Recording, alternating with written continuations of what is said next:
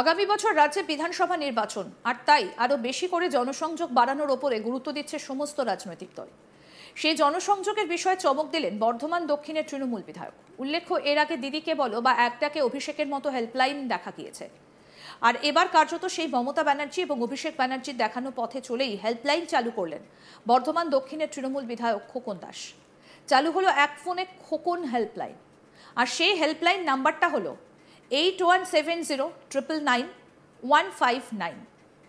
ইতিমধ্যে এই সংক্রান্ত হোর্ডিং দেখা গিয়েছে বর্ধমান শহরে। হোর্ডিংয়ে আরও লেখা, সুখে দুঃখে এক ফোনে আপনার পাশে এমএলএ। আর হোর্ডিংয়ের একদম নিচে লেখা, খোকন দাস এমএলএ, বর্ধমান দক্ষিণ।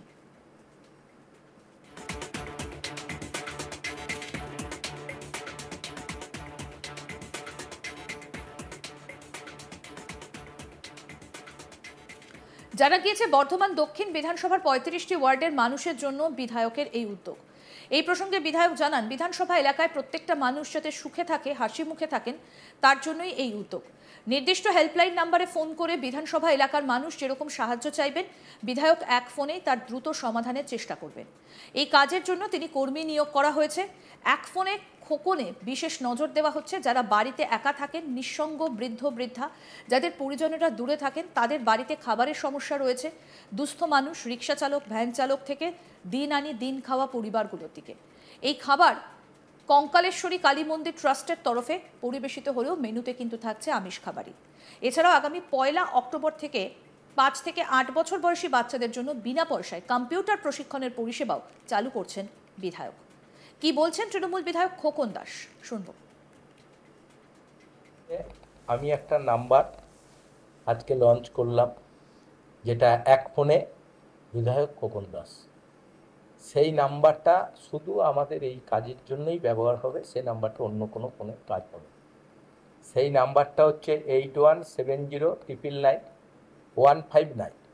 এই নাম্বারের মধ্য দিয়ে প্রতিদিন মানুষ আমাকে যে কোনো কাজে ফোন করতে পারবে, যার মধ্যে একটা গুরুত্বপূর্ণ কাজ আপনারা ইতিমধ্যে জানেন যে আমি ঘোষণা করেছি যে আমাদের দক্ষিণ বিধানসভায় বহু অসহায় মানুষ আছে, যারা ঘরে আছেন তারা যে এসে আমাদের কঙ্কাল কালীবাড়ি খাবেন সেরকম কোনো ব্যাপার নাই।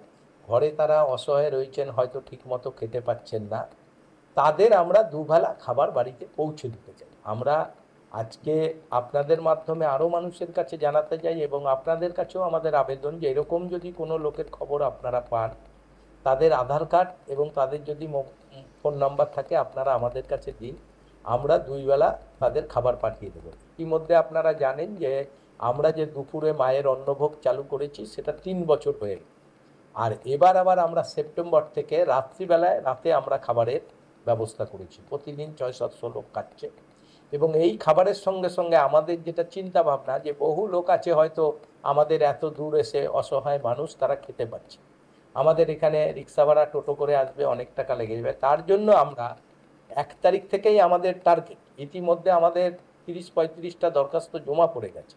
আমরা আরও একটু বেশি চাইছি যে আমরা দুবেলা তাদের বাড়িতে খাবারটা পৌঁছে দেবো। আপনাদের মাধ্যমে আমরা চাই যেটা মানুষের কাছে পৌঁছায় এবং যারা অসহায় মানুষ দেখা যাচ্ছে ঘরে খেতে পারছে না, কি ছেলে ছিল মেয়ে ছিল তারাও নাই, কি ছেলে আছে অসহায় বাইরে আছে তারা খেতে পারছে না, সেই মানুষগুলোকে দুবেলা খাবার পৌঁছে দেবো, সেটা একটা আমরা আজকে লঞ্চ করছি।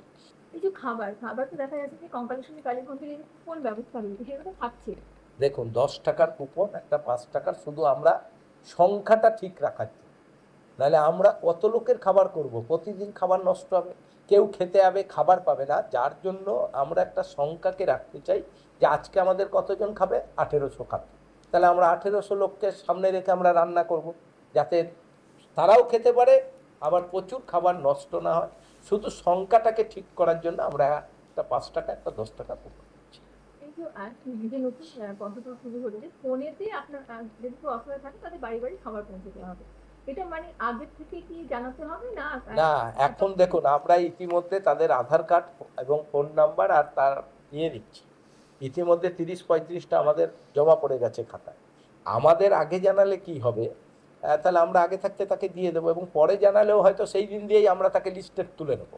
কারণ আমারও তো কত লোক প্রতিদিন বাড়িতে কোন কোন বাড়িতে খাবার ডেলিভারি করতে হয়, এটা তাদের হিসাব রাখতে হবে। আমরা 2টো গাড়ি করেছি, 2টো গাড়ি করে আমরা 12টা থেকে 1টার মধ্যে বর্ধমান শহর যেহেতু আমরা খাবারটা দুপুরে পৌঁছে দেবো। আবার রাতের খাবার যখন সন্ধ্যাবেলায় দিতে যাব, দুপুরে যে টিফিন গাড়িতে খাবার দেবো ব্যাগে করে, আমরা ওটা আবার নিয়ে আসবো। দুটো করে আমাদের সেট লাগবে। এইভাবে আমরা করবো যাতে কোনো লোকের অসুবিধা। আর অবশ্যই এটা আমরা নিরামিষ খাবার করব না। আমাদের কঙ্কাল কালীবাড়ি আমাদের যেটা হচ্ছে মন্দিরে, সেখানে রাতে দিনে আমরা নিরামিষ করছি, কিন্তু এটা আমাদের নিরামিষ খাবার না। এটা আমরা আমাদের যে বৃদ্ধাশ্রমে প্রায় 80 জন লোক আছেন, যাদের ছেলে নাই মেয়ে নাই, তারা যারা বিনা খরচে আমরা রাখছি, তাদের ওখানেই আমাদের এই খাবারটা হবে। কারণ এই বয়স্ক মানুষদের যাদের আমরা খাবার দেব, তারা যাতে মাছ ডিম পায়। কারণ আমাদের বৃদ্ধাশ্রমে মাছ ডিম আমরা খাওয়াই, মাংস কেউ খায় না। অতএব এই খাবারটা আমরা বৃদ্ধাশ্রম থেকেই আমরা ডেলিভারি করব। তাহলে মাছ ডিমটাও এই বয়স্ক মানুষগুলো তারা খেতে। যদিও 2026-এর বিধানসভা নির্বাচনের আগে বিধায়কের এই উদ্যোগ ভোট টানার প্রক্রিয়া বলে মনে করছেন বিরোধীরা। বিরোধী দল বিজেপি বলছে আসলে এটা কালো টাকাকে সাদা করার একটা পরিকল্পনা ছাড়া আর কিছুই নয়। পাশাপাশি কঙ্কালেশ্বরী কালী মন্দির ট্রাস্টের টাকাকে বিধায়ক কিভাবে নিজের স্বার্থে কাজে লাগাতে পারেন তা নিয়েও প্রশ্ন তুলেছে বিজেপি নেতা শান্তরূপ দে কি বলছেন শুনবো। 2026 সামনেই বিধানসভা নির্বাচন। এই দিদিকে বলো ওরা একবার শুরু করেছিল, পুরো পশ্চিমবাংলা জুড়ে ব্যর্থ। তো এই গিমিকের রাজনীতি এই রকম করে 2026-এ যেহেতু নির্বাচন আছে, তাই এখন এগুলো ভোট পাওয়ার রাজনীতি, সাধারণ মানুষকে কিনে নেওয়ার রাজনীতি। বর্ধমানের মধ্যে বর্ধমান দক্ষিণের বেহাল রাস্তাঘাটের অবস্থা, 3 বছর ধরে কি বিধায়ক ঘুমোচ্ছিলেন? এই এখন এটা মরার সময় হরিনাম করা হয়ে গেল। এটা যা সামনে নির্বাচন, এই নির্বাচনকে সামনে রেখে ভোটাররা সাধারণ মানুষকে শুধুমাত্র লোভ দেখাচ্ছেন যে এই ফোন করো, এই হয়ে যাবে, তুষো কিছু, আলটিমেট কিচ্ছু হবে না। গোটা পশ্চিমবঙ্গের মানুষ দিদিকে বলতে দেখে নিয়েছে, আদবে কোনো সমাধানই। কাকে, কার বিরুদ্ধে কাকে বলবে? ওনার বিরুদ্ধেই তো অভিযোগ, কাকে বলবে টাকায়? ওনাকে ফোন করে বলবে? মানে চোরকে বলছে কেন বাবা চুরি হচ্ছে, তার দায়িত্ব নাও। এটা তো হতে পারে না, বাস্তবসম্মত কথা বলতে পারে। আর ওই যে উনি বলছেন যে গরিব মানুষদের খাওয়াবেন, এরকম তো তাহলে এতদিন যারা না খেয়েছিলেন সাধুবাদ জানাচ্ছি। ওনার এই গরিব মানুষকে খাওয়ানোর যে ব্যাপার, কিন্তু পশ্চিমবঙ্গে গরিব বেকারত্ব বাড়িয়েছে তৃণমূল সরকার। আর তার থেকেও বড় কথা, এই গরিব মানুষকে খাওয়ানোর মধ্যে দিয়ে কালো টাকাকে সাদা করার একটা প্রকল্প এটা শুধুমাত্র। আমাদের কাছে সম্পূর্ণ খবর আছে, বিশেষ কোনো ট্রাস্টকে কাজে লাগিয়ে এই কাণ্ডটি করা হচ্ছে, এই উদ্যোগটা নেওয়া হয়েছে।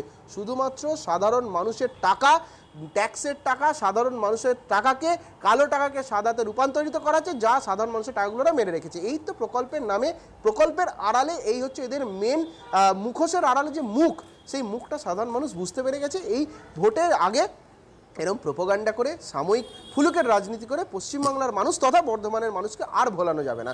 আগামী দিনের নির্বাচনে বর্ধমানের দক্ষিণে তৃণমূল কংগ্রেস হারছে। শুধু বর্ধমান দক্ষিণ নয়, গোটা পশ্চিমবঙ্গ যেটা তৃণমূল হারছে হারছে হারছে, এরা এই অবস্থাটা ওরা বুঝতে পেরে গেছে। আগামী বছর রাজ্যে বিধানসভা নির্বাচন এবং তার আগে শুরু হয়েছে ঘর গোছানোর পালা। সমস্ত আপডেট পেতে দেখতে থাকুন আজ তাক বাংলা। সাবস্ক্রাইব করুন, নোটিফিকেশন পেতে বেল বাটন অপশন প্রেস করুন।